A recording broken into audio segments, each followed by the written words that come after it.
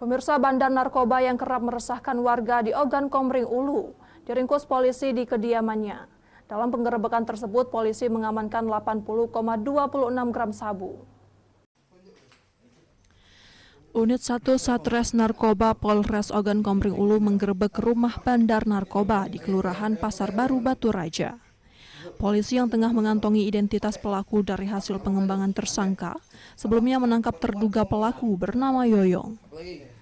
Hasil dari penggeledahan di salah satu ruangan di rumah pelaku didapatkan beberapa bungkus kecil narkoba serta polisi juga menemukan bongkahan sabu yang masih terbungkus dimasukkan dalam wadah kaleng.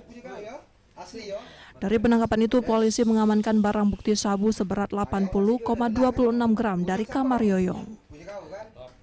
Selain itu juga diamankan barang bukti lainnya berupa timbangan digital, plastik bening, uang tunai, serta beberapa kaleng tempat tersangka menyimpan narkoba. Barang bukti narkoba yang disimpan dalam kotak warna coklat, kaleng warna coklat yang berisikan dengan berat hampir 80 gram, berapa gram. Pelaku dijerat dengan pasal 112 dan 114 KUH Pidana tentang penyalahgunaan narkoba dengan ancaman hukuman 6 tahun penjara. Dari Ogan Komering Ulu, Widori Agustino, iNews melaporkan.